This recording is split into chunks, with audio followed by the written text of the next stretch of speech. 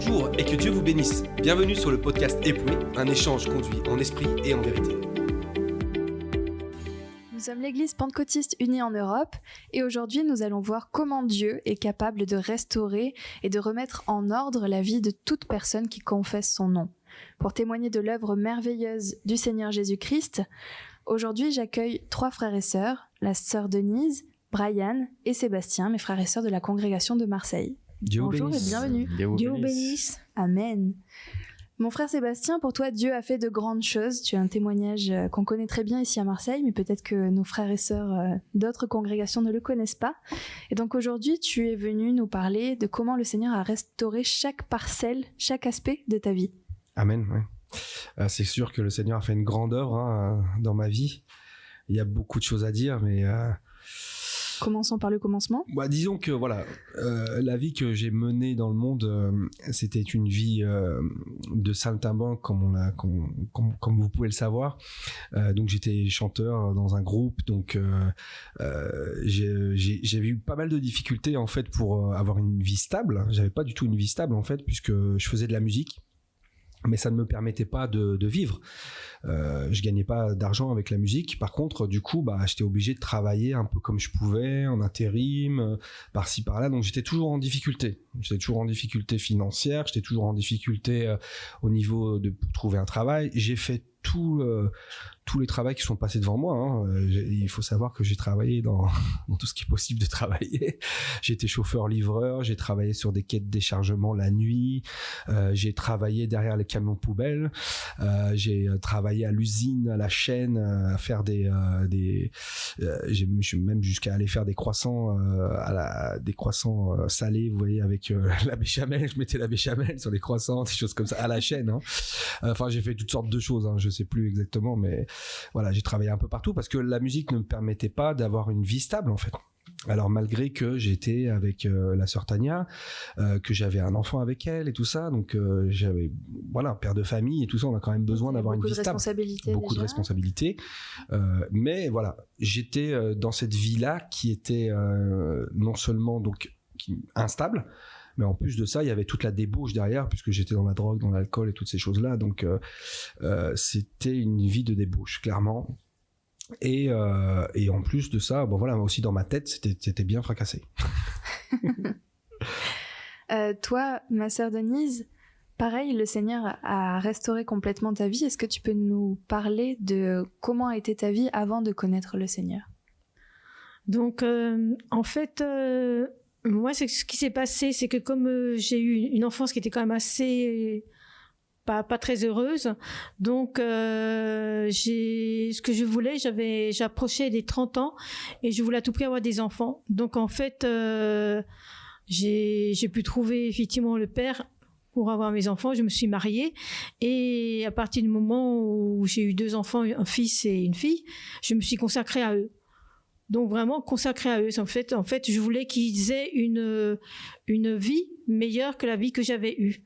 Donc j'ai mis ma vie entre parenthèses jusqu'à ce qu'ils soient autonomes, jusqu'à ce que ma fille s'en aille pour vivre sa vie et mon fils parte en chambre d'étudiant. Et c'est là que j'ai eu comme une révélation. Je me suis dit, maintenant tu as fait ce qu'il fallait, maintenant tu peux t'occuper de toi. Et donc à ce moment-là, j'ai décidé de prendre soin de moi. J'ai décidé de regarder qu'est-ce que j'avais envie de faire. Et donc j'avais beaucoup de poids, donc je voulais perdre du poids. Je voulais aussi changer de région. Je voulais aller dans une région qui me plaisait. Donc j'avais beaucoup de projets. Et donc je me suis lancée dans mes projets. Et toi, mon frère Brian, donc toi, tu as connu le Seigneur quand tu étais enfant. Déjà, une partie de ta famille a baigné dans l'église.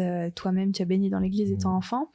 Et après, je crois savoir que c'est quand tu es arrivé en France que tu t'es éloigné du Seigneur, que tu as vécu des moments qui étaient assez difficiles. Est-ce que tu peux nous en parler ?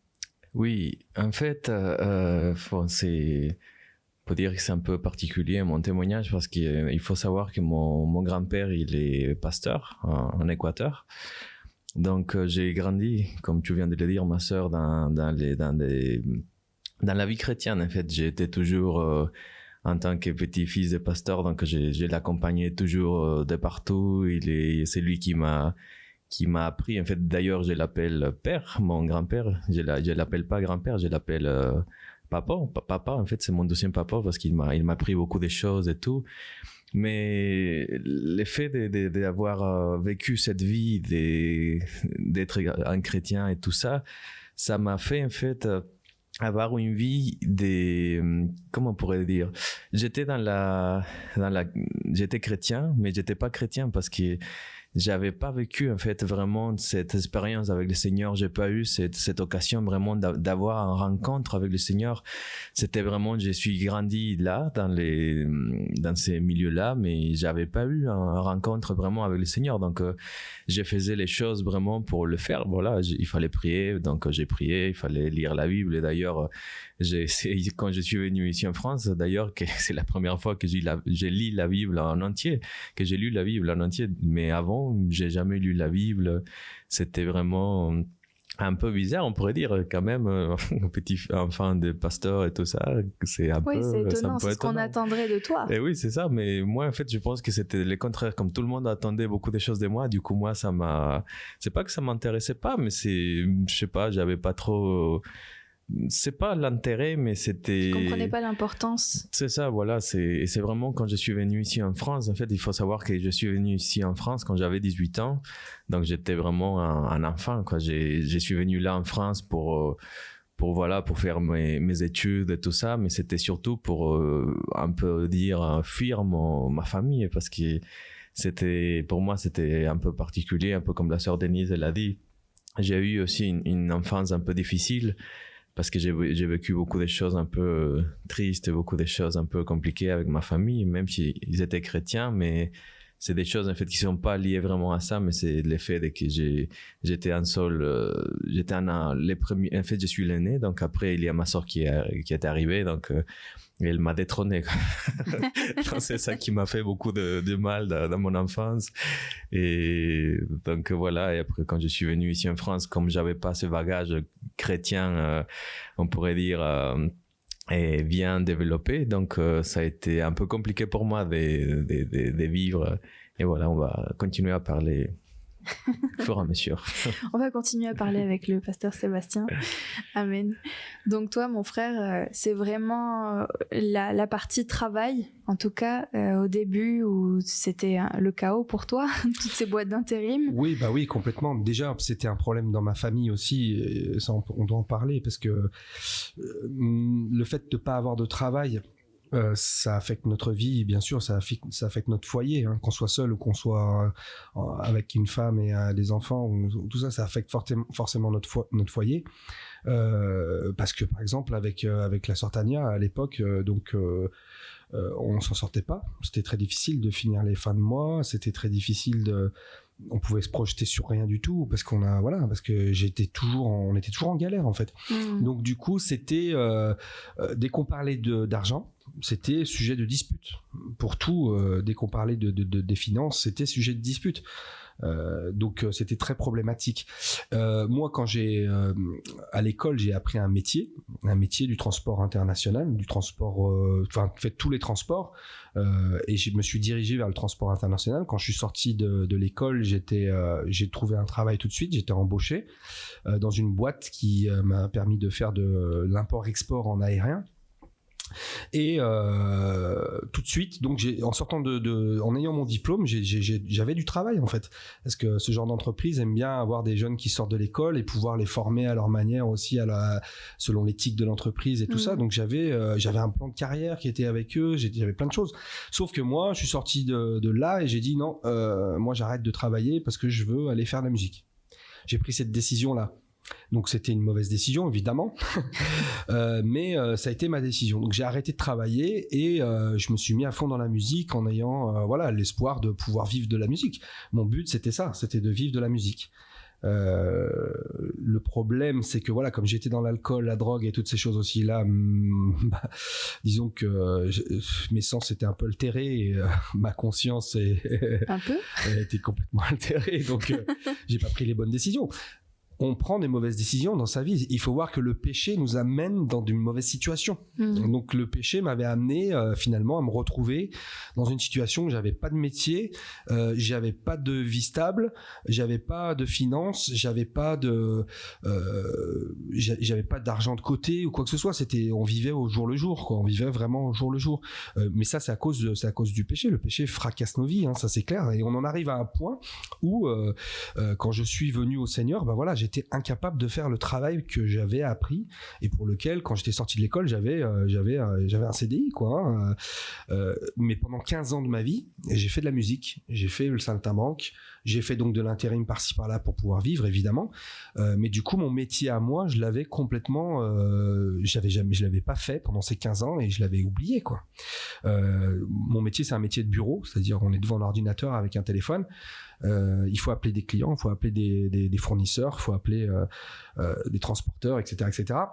Quand vous n'avez pas pris un téléphone pendant 15 ans, ben, vous n'êtes pas capable de le faire. Croyez-moi bien que quand au bout de 15 ans, on vous dit bon, maintenant tu vas appeler tel transporteur ou tel fournisseur ou tel client, vous savez pas comment faire. Oui, c'est pas évident. Hein. C'est hyper angoissant d'appeler quelqu'un. Ouais. Alors vous êtes là, vous réfléchissez, vous prenez des notes, qu'est-ce que je vais dire, il faut que je parle de ci, de ça. Et avant de vous lancer, vous êtes... vous savez, enfin, vous avez besoin de vous préparer parce que alors qu'aujourd'hui, ben bien sûr, moi dès que j'ai besoin de quelque chose, je prends le téléphone et voilà, ça va tout seul. Mais donc, c'est pas facile pendant 15 ans de pas faire cet exercice et au bout de 15 ans de devoir le refaire. Donc quand je suis venu plutôt au Seigneur, Dieu, vous savez, m'a libéré de l'alcool, de la drogue, de toutes ces choses-là. Et donc je me suis dit, bah voilà, attends, Dieu est en train de régler ma vie, il m'a libéré de toutes ces choses, maintenant je vais faire le travail que je sais faire, quoi. Je vais me remettre au travail que j'ai appris. Et donc j'ai commencé à chercher du travail. Sauf que quand vous avez 15 ans de non-expérience, ouais. Vous pouvez pas trouver de travail, vous voyez. Pas le CV idéal. Exactement. Donc, alors, les boîtes d'intérim me connaissaient puisque je travaillais bien et ils étaient contents de moi quand même, hein, quand ils me donnaient des missions que ce soit de une journée à plusieurs mois, bah, je les faisais et je les faisais bien. D'ailleurs, comme je travaillais toujours assez bien, bah, les entreprises des fois voulaient m'embaucher et tout ça, mais moi je refusais toujours parce que j'avais besoin d'être libre pour faire la musique, vous voyez. Donc là, les intérimaires me connaissaient, mais je leur disais voilà, maintenant moi je veux faire le travail que j'ai appris, sauf que personne ne voulait de moi en fait. Personne ne voulait de moi, c'était impossible de trouver du travail. Donc pendant très longtemps, j'ai cherché du travail et toutes les portes se fermaient devant moi, c'était incroyable. Je pouvais y aller, je pouvais laisser des CV, je pouvais aller voir les boîtes d'intérim, les appeler tous les jours, jusqu'au jour où une boîte d'intérim m'a dit écoutez, au vu de votre CV, moi je propose même pas votre candidature. J'ai des entreprises qui m'appellent pour le travail que vous voulez, mais je vous propose pas parce que vous avez aucune expérience en fait. Vous êtes sorti de l'école, vous avez travaillé quelques mois et puis vous êtes arrêté et ça fait 15 ans. Vous savez que ta candidature allait être rejetée automatiquement. Oui, parce que dans ce métier, c'est soit on vous prend, comme je disais, tout jeune et on vous forme, soit il vous faut de l'expérience quoi, pour pouvoir le faire.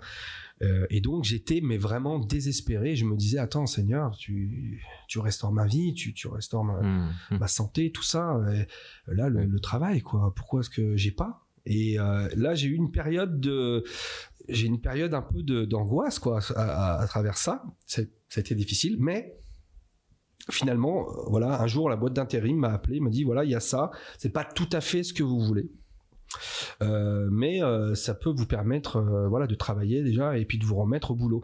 Alors mon travail c'est d'organiser des transports internationaux et tout ça en aérien ou en maritime. Aujourd'hui c'est du maritime, avant c'était l'aérien au départ.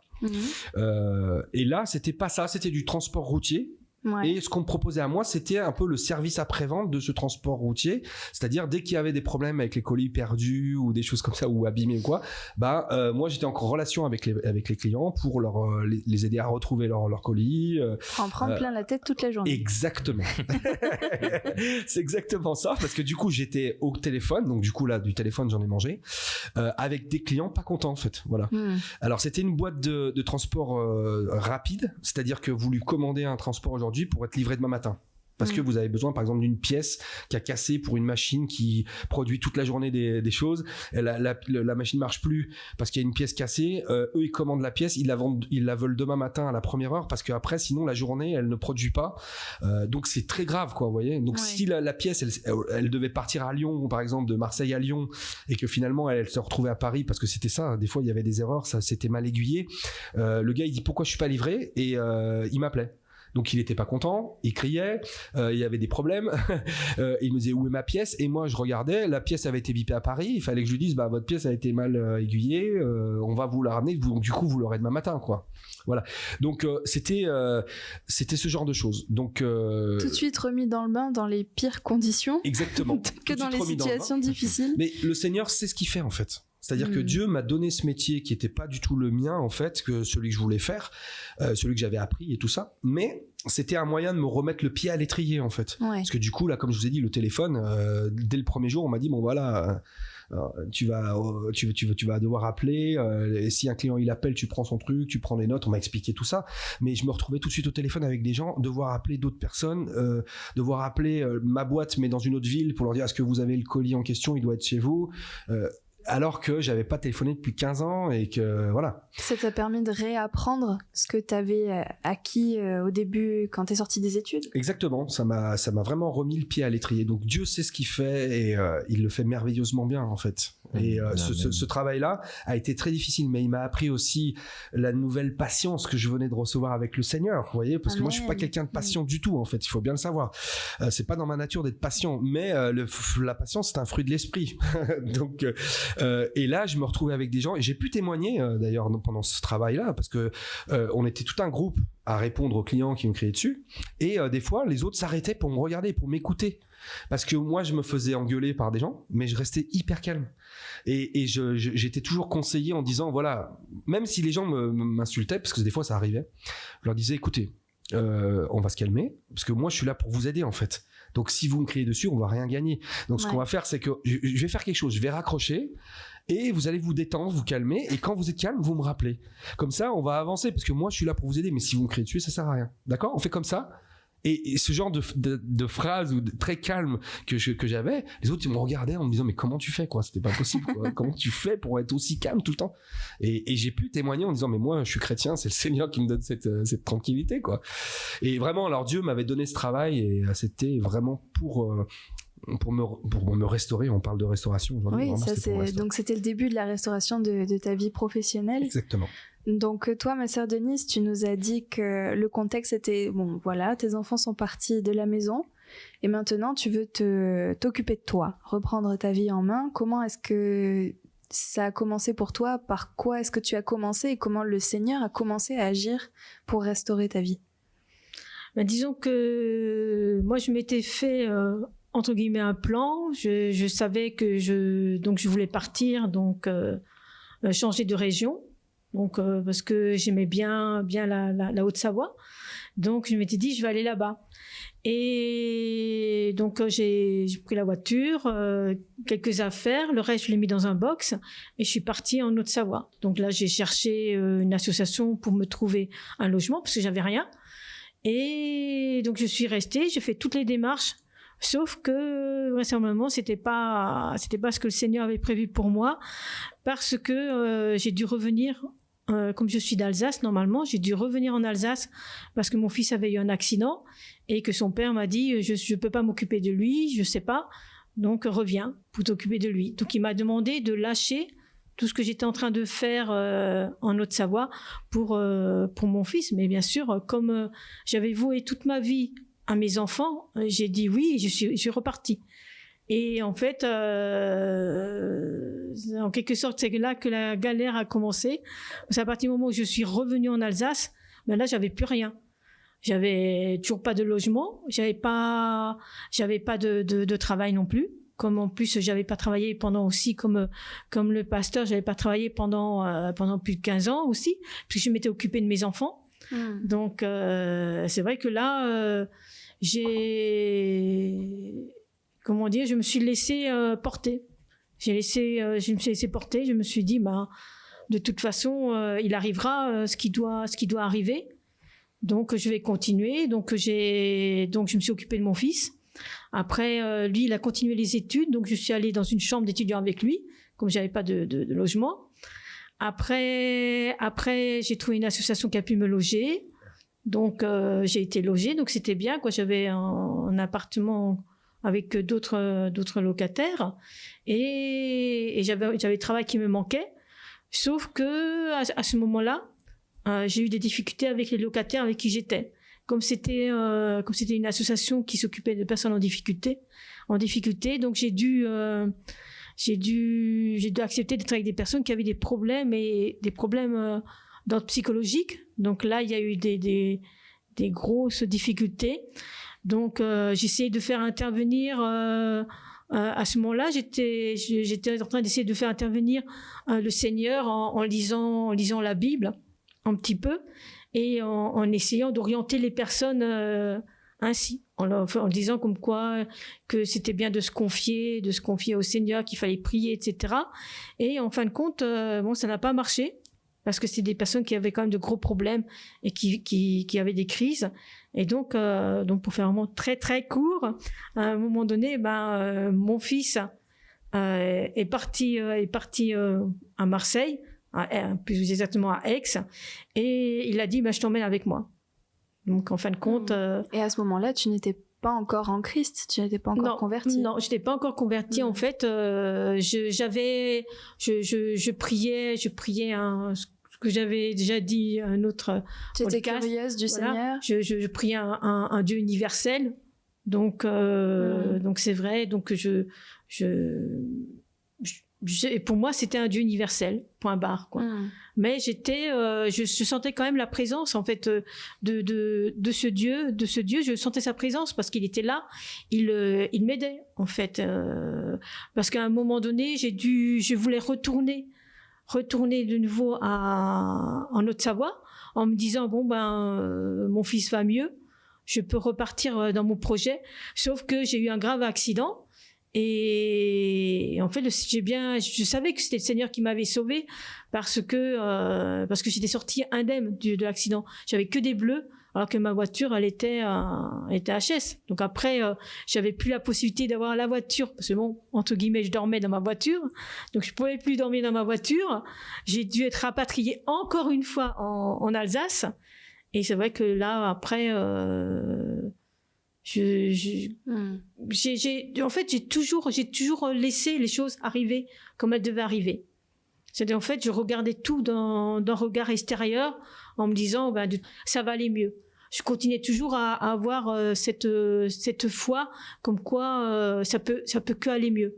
Même dans les moments les plus difficiles, les plus durs, je me disais, ça peut que aller mieux. Et donc, en fait, je suis arrivée en fin de compte ici à Aix-en-Provence et je me suis dit tout va s'arranger. En fait ça n'a pas vraiment été le cas. Et par quoi t'as commencé alors? En fait, pareil, j'ai recherché de nouveau une association qui pourrait m'aider, donc j'ai fait toutes les démarches. Donc et j'avais à nouveau j'avais une voiture, mais elle était restée en Alsace parce qu'elle ne fonctionnait pas bien. Donc en fin de compte, j'ai logé chez mon fils pendant presque un an, jusqu'à ce que lui il s'en aille et il déménage sur Marseille, et que là, en fin de compte, il fallait que je trouve une solution.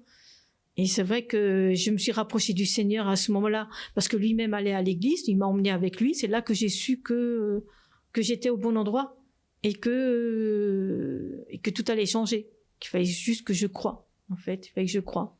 Amen. Mon frère Brian, toi, à quel moment, du coup, tout à l'heure, tu nous parlais de cette rencontre qui te manquait avec le Seigneur. À quel moment tu l'as rencontré et de quelle manière il a agi avec toi? Bon, pour faire un peu court, je vais essayer. Parce que c'est une grande histoire. C'est pas grave, on a le temps. Mais il faut dire en fait que quand je suis arrivé ici en France, en fait, mon processus a commencé vraiment de rencontrer le Seigneur. Parce que jusqu'à présent, dans ma vie, en fait, toute mon adolescence, mon enfance, même si j'étais dans un foyer chrétien, je connais pas le Seigneur. En fait, je savais qu'il fallait prier, qu'il fallait faire ci, les jeûnes et tout ça.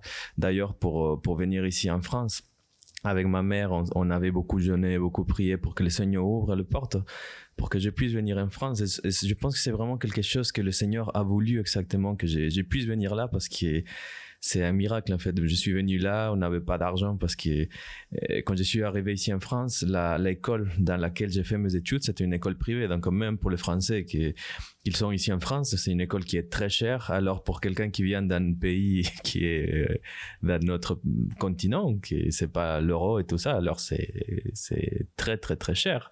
Donc j'ai fait un prêt pour pouvoir payer tout ça, que mes parents ils m'ont aidé un peu jusqu'à que je puisse avoir une situation bien, on pourrait dire, oui, une bonne situation pour que je puisse payer après moi la suite. Et donc il faut dire que ça m'a vraiment beaucoup aidé de venir ici en France. C'est un miracle donc que le Seigneur a fait. Et il faut dire aussi que le fait que je sois ici à Marseille, c'est un miracle aussi, parce que je suis arrivé ici en France en fait dans un village. C'était même pas une grande ville, c'était un village dans les fonds du Massif central. Donc il y a des gens qui connaissent un peu la région. Il y a rien. Ne critique pas cette région. C'est une belle région, il y a beaucoup de choses, mais il faut dire qu'il y a plus de vaches que de personnes. Bon, ça c'est vrai. Et donc j'étais là, et donc c'était très compliqué parce que déjà je parlais un peu français, mais pas vraiment. Donc le Seigneur, il m'a beaucoup aidé vraiment à avoir cette confiance, que ma foi en fait elle grandisse vraiment là.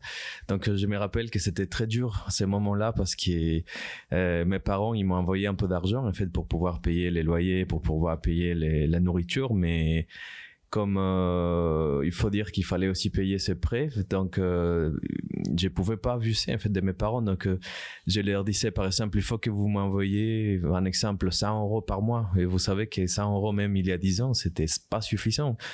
Donc j'ai payé tout ce que je devais payer, et au final il me restait parfois 5 €, 10 € par mois pour la nourriture. Donc c'était très compliqué, mais je voulais pas dire rien à mes parents parce que je voulais pas qu'ils s'inquiètent ou quoi que ce soit. Donc moi j'ai eu la chance, on pourrait dire la bénédiction que c'était une école des pâtisseries, donc on faisait beaucoup de gâteaux, des fois il y avait du pain et tout ça. Donc moi ce que je faisais, c'est que à la fin de cours, en fait, chacun faisait son gâteau, donc on était malheureusement obligé de jeter à la poubelle parce que termes d'hygiène et des choses comme ça, des fois on pouvait amener à la maison, mais c'était si quelqu'un tombait malade, des choses comme ça, donc il évitait vraiment que les gens fassent ça, donc ils amènent à la maison. Bien sûr, il y avait des fois qu'on pouvait le faire, mais moi ce que je faisais en fait, c'est moi qui récoltais la poubelle. En fait j'ai dit c'est bon, je vais récolter la poubelle, donc j'ai ramassé tous les gâteaux, les choses comme ça, je mettais dans un sac poubelle.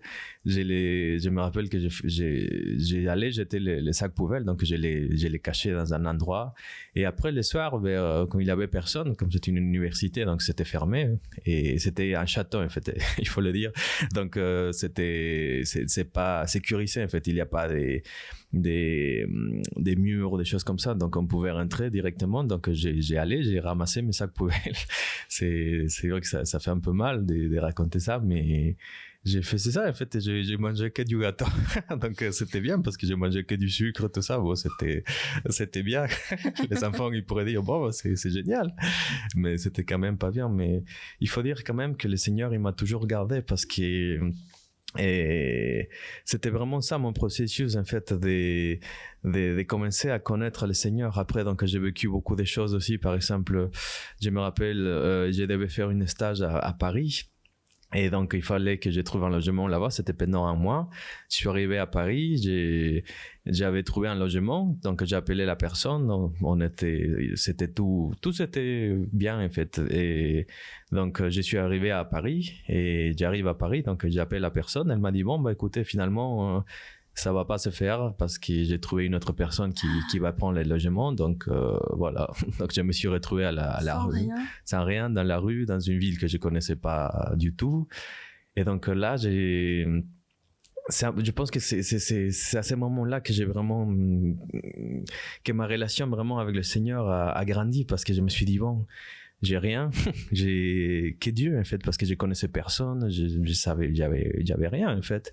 Et je me rappelle en fait, Dieu il m'a mis quelque chose dans mon cœur. Il m'a dit bon, il faut que tu appelles ton prof de français en Équateur. Peut-être, je me rappelle que cette prof C'est une personne qui est très sympa, qui était très sympa avec moi. Donc, elle m'a donné son numéro. Il m'a dit, bon, si un jour tu es en France, si tu as un problème, tu m'appelles. Et je me rappelle qu'il était presque 1h du matin. Donc, j'ai appelé cette personne, mon prof de français. Et donc, je lui ai raconté l'histoire. Il m'a dit, bon, t'inquiète pas, on va s'arranger. Je vais trouver quelqu'un. Reste où tu es. Je savais même pas où j'étais. Donc, elle m'a dit, reste là où tu es. Je vais faire quelque chose. Donc, je me rappelle qu'elle m'a rappelé 10 minutes après ou un truc comme ça. Et il m'a dit, bon, écoute, j'ai trouvé des amis qui vont te loger, tu peux aller chez eux. Il m'a donné l'adresse, il m'a expliqué tout comme il fallait faire. Mes frères et sœurs, c'est quelque chose qui vient vraiment du Seigneur, parce que quelle personne peut faire ça? Avoir l'idée d'appeler cette personne-là en particulier. Voilà, et plus à 3h du matin, je crois, vraiment. Et c'était des gens, en fait, qui ne me connaissaient pas du tout. Donc, je suis allé chez eux, ils m'ont hébergé.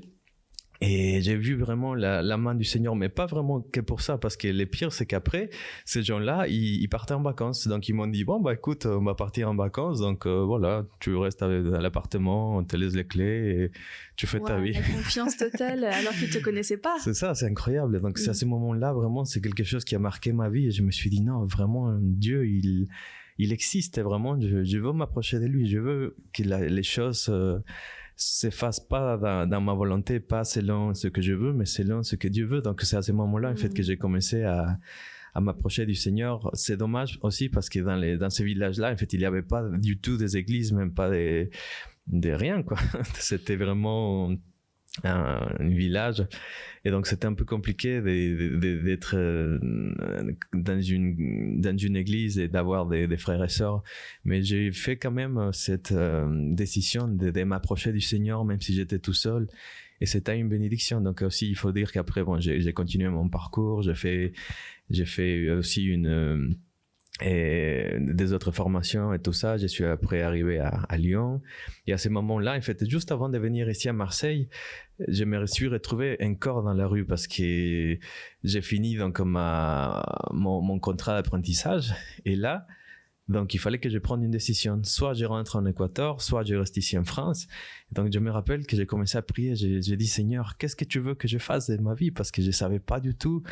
J'étais dans la rue, mais vraiment parce que mon contrat aussi de location, il se finissait. Donc, je pouvais plus les rallonger parce qu'il y avait des gens qui voulaient les prendre, des choses comme ça. Donc, j'étais vraiment dans la rue. Et là, pareil, je savais pas quoi faire. Et donc, je me suis mis en contact avec mon chef en Équateur. C'est lui qui m'a appris beaucoup de choses dans la cuisine, qui m'a aidé pour venir ici en France. Et lui, en fait, il m'a mis en contact avec des gens qui faisaient du fromage. Donc, il m'a dit, bon, ça serait sympa que tu puisses faire un stage pour apprendre à faire du fromage et tout ça. Mais en fait, les choses, ils sont vraiment faites toutes seules. C'est Dieu qui a tout guidé.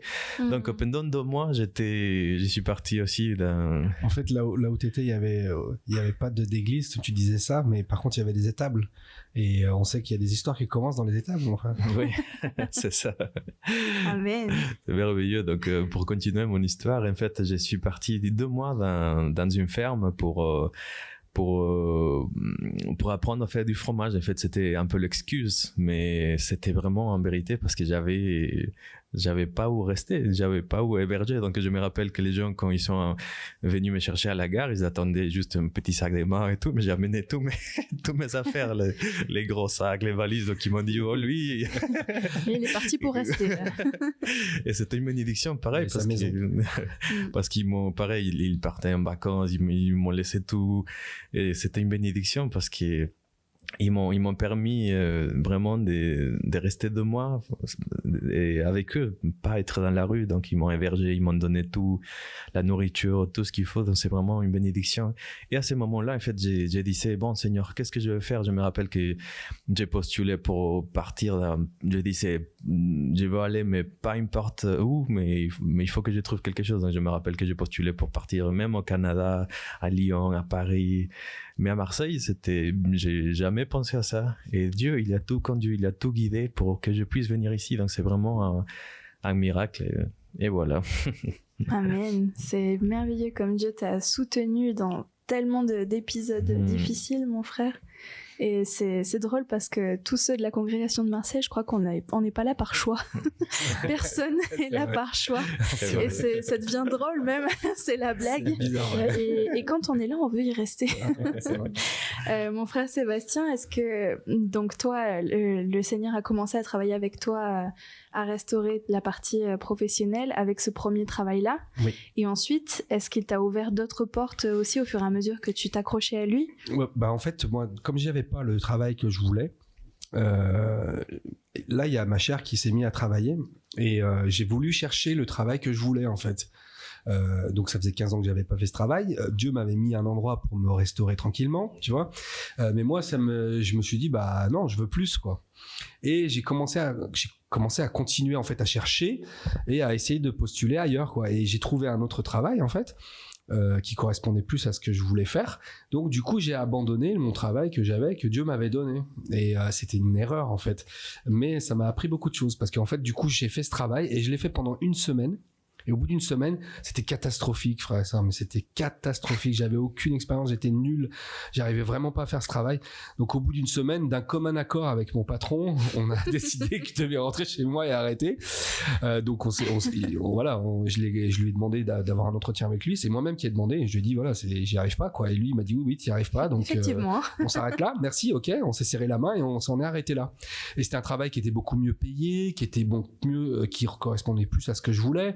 Donc c'est pour ça que j'avais fait ça. Et du coup, d'avoir quitté ce que Dieu m'avait donné et d'avoir voulu faire ma volonté, en fait, et ben je me suis retrouvé au chômage. Je me suis retrouvé à nouveau au chômage. J'avais absolument rien. Retour à la case départ. Retour à la case départ. Et plus que ça, parce que moi, comme je faisais de l'intérim, je pouvais pas rester plus de 2 semaines. Je crois que c'est le maximum que j'avais fait sans travailler, parce que je travaillais tout le temps malgré tout en intérim par-ci par-là. Et des fois, il m'arrivait de pas travailler pendant 1 semaine ou 2 semaines maximum, mais jamais plus. Et là, j'ai pas trouvé de travail pendant 1 mois complet. Et au bout de ce mois-là, le travail que Dieu m'avait donné, donc du coup, ils me rappellent. Ils me disent, mais tu fais quoi là? Parce que nous, on a besoin de quelqu'un. Si tu fais rien, tu reviens. Et je dis oui, tout à fait. Donc je suis repassé par la bonne intérim qui m'a remis sur ce travail-là. Et là, par contre, je suis resté tranquille.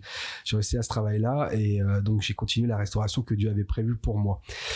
Et en fait, jusqu'au jour où j'ai été appelé par une autre boîte qui m'a proposé là vraiment le travail que je voulais, le travail pour lequel j'avais fait mes études et tout ça. Ils m'ont proposé donc un entretien. Et donc je sais pas comment est-ce qu'ils ont eu mon CV. Pourquoi est-ce qu'ils m'ont appelé? Enfin, je sais rien. En fait, c'est Dieu en fait qui a fait tout ça. Je vais vous dire pourquoi c'est Dieu qui a fait ça. Donc, je vais à cet entretien-là et donc on me dit, bah alors vous allez vous mettre dans cette pièce, on va vous donner un petit questionnaire, vous remplissez tous les trucs et puis après on fera l'entretien. D'abord, vous remplissez ça. Donc, je me retrouve dans une pièce tout seul avec un stylo et un petit questionnaire avec plein de questions différentes. Bon, je réponds aux questions et j'arrive sur une question quels sont vos hobbies? Qu'est-ce que vous aimez faire à côté du travail? Et donc là, j'avais le choix entre jouer au foot, au tennis, enfin voilà, toutes les choses bateaux qu'on dit. Sauf que moi, je me dis non. Moi, mon hobby aujourd'hui, c'est de servir Dieu. À ce moment-là, moi j'étais dans l'église, on m'avait mis pour aider à la louange et tout ça, donc je me dis je vais mettre ça parce que c'est ça en fait moi ce qui me plaît aujourd'hui, ce que je fais à côté de la vie normale, quoi, c'est le Seigneur. Donc j'ai commencé à écrire. Une occasion de témoigner. Exactement. Et je me suis dit soit je le cache parce que ça les regarde pas, et puis pour un entretien dans un travail, c'est pas quelque chose qui va vous aider si vous parlez de Dieu, quoi. Oui, en France clair. En général. Voilà, il vaut mieux garder plutôt qu'essayer d'être un prosélyte ou quoi, ils veulent pas de vous, quoi. Donc là, je dis non. Je dis, moi, voilà, je sers dans l'église, j'ai commencé à écrire, je suis dans une église, je sers dans cette église et tout ça, je m'occupe de la louange, nanana. J'ai écrit quelque chose comme ça. Et je suis certain aujourd'hui que ce fait-là d'avoir témoigné m'a aidé pour avoir le job. C'est sûr. Et donc, ils m'ont embauché dans cette boîte. Bien évidemment. Longtemps après, j'ai parlé avec la DRH, je lui ai demandé pourquoi elle m'avait pris en fait.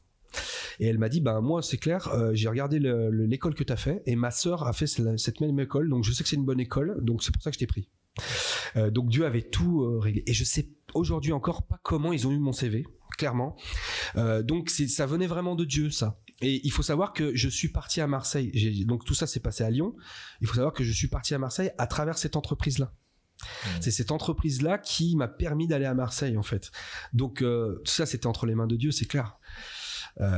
Et donc tout ça surtout a restauré ma vie personnelle, ma vie professionnelle, ma vie financière, nous a permis de nous établir avec mon épouse vraiment ça t'a bien. fait grandir dans le service à Dieu également, puisque quand tu es arrivé à Marseille, tu as tout de suite ouvert ta maison, et c'est comme ça qu'a commencé l'œuvre, la congrégation de Marseille. Exactement. Quand j'ai eu l'opportunité de partir à Marseille, j'en ai d'abord parlé à mon épouse, évidemment. Je lui ai dit, écoute, là, il y a une opportunité, qu'est-ce qu'on fait, quoi. Et donc, elle m'a dit, bah, pourquoi pas. Et donc, j'ai remis ça dans les mains du Seigneur. J'ai mis plusieurs toisons dans les mains devant le Seigneur en disant, Seigneur, si ça se passe comme ci, comme ça, si ce que je demande, etc., est accepté, alors c'est que c'est ta volonté. Et tout s'est passé exactement comme j'avais demandé à Dieu. Donc moi, j'étais persuadé que c'était la volonté de Dieu. Et d'ailleurs, bon, aujourd'hui, voilà, je suis pasteur ici à Marseille, donc forcément, c'était la volonté de Dieu. Hein, confirmé, pas trompé. Mais à ce moment-là, j'étais le seul qui était persuadé comme ça, quoi. Voilà. J'étais Abraham et mon épouse Sarah, elle a suivi. Vous voyez ce que je veux dire? Tania, elle a suivi. Mais en fait, au début, Tania, elle m'a dit, bah, allons, oui, pourquoi pas, postule pour aller à Marseille. Mais après, quand c'est devenu concret, elle commence à dire, attends, est-ce que t'es sûr qu'il faut qu'on aille à Marseille? Et puis Marseille, c'était pas une ville, comme tu disais tout à l'heure, c'était pas programmé pour moi de venir à Marseille, pas du tout, quoi. Tu m'aurais dit, on va à Cannes, on va à Nice, on va à des endroits comme ça qui sont bien et tout. C'est un peu plus rêvé. Voilà, il y a pas de problème. Mais Marseille, non, surtout pas. C'était voilà. Mais bon, voilà, Dieu a conduit les choses. Moi, j'étais persuadé que c'était le bon endroit. Après, j'ai eu les difficultés que je raconterai peut-être une autre fois, mais Dieu a tout conduit en fait. Et c'est surtout ça, c'est que Dieu a restauré ma vie professionnelle vraiment. Et je le remercie en fait. Je crois vraiment que quand on se confie en Dieu et qu'on commence à dire voilà, je sais pas où je suis désespéré, j'ai plus rien, j'ai plus d'espoir. Dieu lui met sa main et il nous donne tout, quoi. J'avais pas de travail, je savais pas comment faire, j'avais pas travaillé pendant 15 ans dans ce métier qui est compliqué, qu'il faut quand même de l'expérience et tout, mais Dieu m'a permis de remettre le pied à l'étrier doucement, comme il faut. Lui, il savait exactement ce qu'il fallait. Les gens m'ont appelé alors que, voilà, à ce moment-là, je cherchais pas de travail. C'est eux qui m'ont appelé. Je sais même pas comment ils ont eu mon numéro. Parce que Dieu était au contrôle, en fait. Et c'est ça qui est merveilleux avec le Seigneur, c'est de le laisser faire et de le laisser nous restaurer. Si vous êtes fidèle avec Dieu, Dieu va vous récompenser, en fait. La Bible, elle dit, cherchez premièrement le royaume de Dieu et sa justice et toutes choses vous seront données par-dessus. Et c'est vraiment ça. D'abord le Seigneur. Amen. Et après, en fait, tout s'arrange, tout va bien. Il restaure nos vies, quoi, vraiment. Amen. Ma sœur Denise, donc on est resté en suspens au moment où tu es arrivée à Marseille avec ton fils. Vous viviez donc ensemble au début. Tu as commencé à faire des démarches pour te loger et tu t'es rapproché de l'église. Tu as commencé à venir à l'église. À partir de ce moment-là, comment le Seigneur a agi dans ta vie? Comment est-ce qu'il a restauré? Comment est-ce qu'il t'a donné un logement, un travail? Je sais que maintenant tu es comblée de bénédictions. Est-ce que tu peux nous parler un peu de tout ça? Oui, donc effectivement, donc je suis arrivée à Aix-en-Provence. J'ai commencé à aller au culte à Marseille, même si au début j'y allais que de temps en temps, parce que j'avais toujours encore ce côté-là où je restais en réserve. Je me disais d'abord mon fils, puisque je voulais que d'abord ce soit lui qui soit avec le Seigneur. Et je me suis dit moi c'est pas grave, ce sera plus tard. Encore une fois, tu t'es sacrifiée pour tes enfants. Voilà, exactement. Encore une fois, j'avais ce côté-là, et c'est vrai que même si on me demandait, je disais je viendrai, mais je venais de temps en temps seulement, parce que je voulais que mon fils ait son expérience avec le Seigneur, et je voulais pas qu'il pense encore que c'est moi qui dirige sa vie et qui dirige même ce côté-là. Je veux qu'il ait sa propre expérience, et moi ce sera plus tard, moi ce sera à un autre moment. Et en fait, il a fallu que j'attende qu'il parte en vacances assez longtemps pour que là je me donne à fond dans le Seigneur. Et donc ça c'était juste au début de l'été 2022, quoi, il y a déjà 2 ans, un an et demi, où là, je me suis dit, bon, bah, ça y est, je me mets à fond, je vais à l'Oriflamme, je vais être baptisée, tout, donc, et là, je me suis donnée à fond. Et à partir du moment où j'étais très assidue à l'église, c'est là que, effectivement, le Seigneur a pris toutes les choses en main. Je me rappelle à l'association, la personne qui s'occupait de moi, d'un seul coup, elle m'appelle et elle me dit j'ai pensé à vous et il faut que je vous trouve un logement. Amen. Eureka. Parfait. Parfait, oui. Elle dit, bon, je vous mets sur tous les dispositifs qu'il y a et on verra ce que ça donne. Et en fin de compte, en l'espace de peut-être de 2 mois, j'étais sur un logement. J'ai eu le rendez-vous. La personne a dit, il est pour vous. Ok, donc c'est vrai. Donc c'était génial. En même temps, j'étais inscrite à Pôle Emploi pour le travail. Et là, c'est pareil. Je reçois un rendez-vous. La personne me dit, discute avec moi. Elle fait le point. Et là, elle dit, bon, on va quand même regarder ce qu'il y a. Et là, de ce coup, elle me sort un poste qui était exactement le poste que je voulais. Et elle me dit, je vous mets dessus. Oui, mettez-moi dessus. Je téléphone, j'ai le rendez-vous, peut-être 2 jours après, j'ai le rendez-vous. Et en l'espace d'1 semaine, donc c'était bon, c'était OK, j'avais le travail. Donc c'est vrai que là... merveilleux, parce que tout ce que tu avais cherché par tes propres moyens pendant des mois, voire même des années, avec tes allers-retours en Haute-Savoie, c'était pas la volonté du Seigneur. Il fallait d'abord que tu t'approches de lui pour qu'il te donne tout ce que tu voulais. Oui, c'était exactement ça en fait. C'est que je savais qu'il existait, je savais qu'il faisait des grandes choses, mais je ne le mettais pas en première position. Et je pense que c'était vraiment ça, c'était le fait de devoir le mettre en première position. À partir du moment où je l'ai mis en première position, ben là, en fait, tout s'est arrangé. Et en fait, effectivement, il m'a béni merveilleusement bien. Amen. Brian, toi, donc tu es arrivé à Marseille après tes épopées en fromagerie. Comment ça s'est passé? Comment t'es passé de la ferme à Marseille? Alors, moi, j'ai toujours dit que ma vie, c'est un miracle. En fait, il faut dire que mon grand-père, il a une foi énorme et il m'a toujours transmis ça. Donc moi, même si j'étais pas dans une église, même si j'avais pas cette relation forte avec le Seigneur, parce qu'il faut dire que quand même quand on n'est pas dans une église, ça fait quand même un peu du mal parce qu'on n'est pas avec des frères et sœurs, on vit pas les cultes en fait, et ça manque beaucoup. Donc même si on fait des choses dans notre côté, ça fait du mal.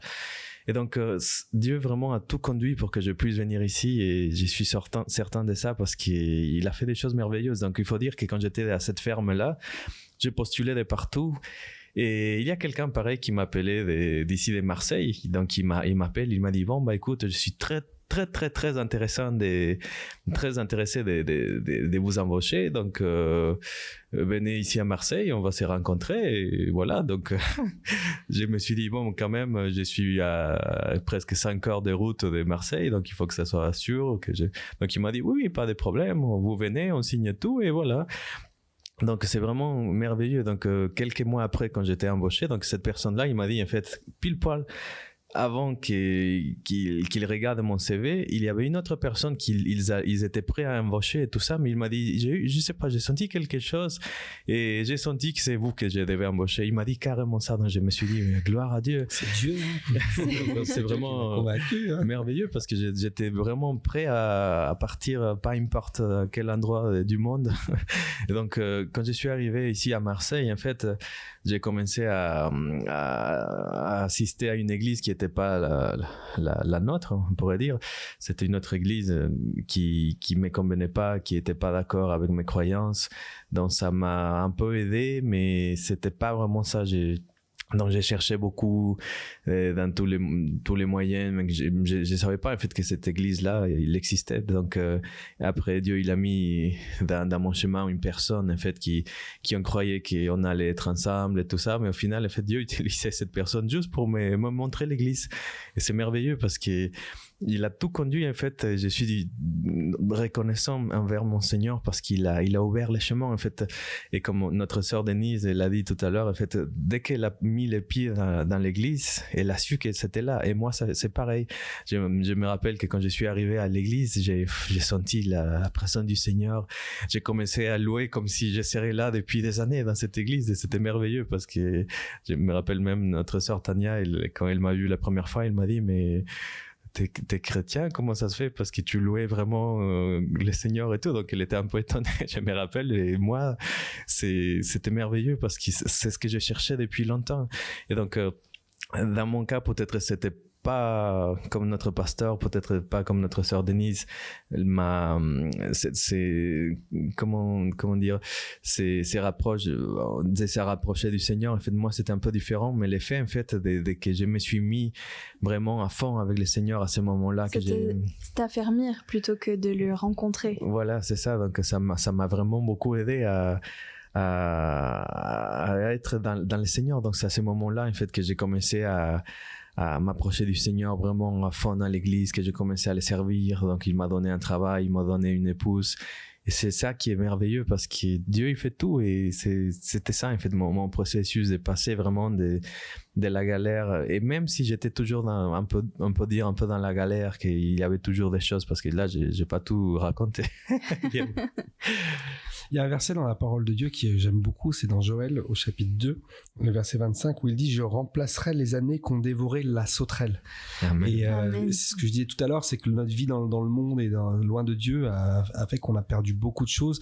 Et finalement, Dieu a remplacé, Dieu a restauré tout ce qu'on avait perdu, tout ce qui avait été détruit dans notre vie, qui était difficile. On est venu avec rien et il nous a tout donné en fait. Amen, c'est ça. Il y a ce verset très connu dans Romains aussi au chapitre 8, le verset 28. Après tout, nous savons que tout concourt au bien de ceux qui aiment Dieu. Amen. Et qui ont été appelés selon son dessein. Là, c'est l'application parfaite. Vous avez aimé Dieu, vous êtes approché de lui, vous êtes affermi en lui. Et toute chose a concouru à votre bien. Il vous a restauré. Amen. Oui, c'est vrai, je voulais aussi rajouter que quand on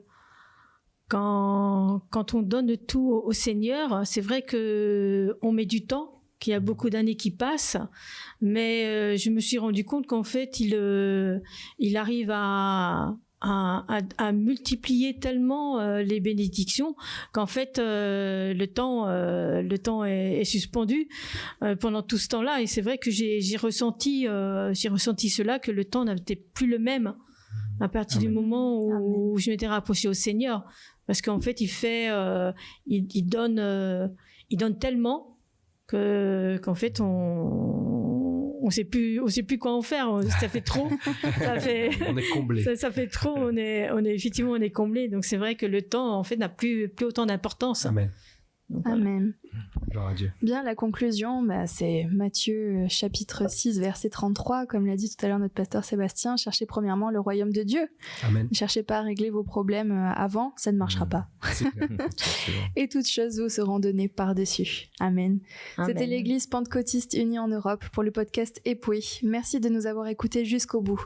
N'hésitez pas à nous écrire ou à partager vos expériences en commentaire. Rendez-vous la semaine prochaine pour un nouvel épisode. Et d'ici là, vous pouvez consulter tous nos cultes et toutes nos études sur notre chaîne YouTube ou sur notre page Facebook Époué France Marseille. Bonne semaine et soyez bénis. Dieu vous bénisse. Dieu vous bénisse. Dieu vous bénisse.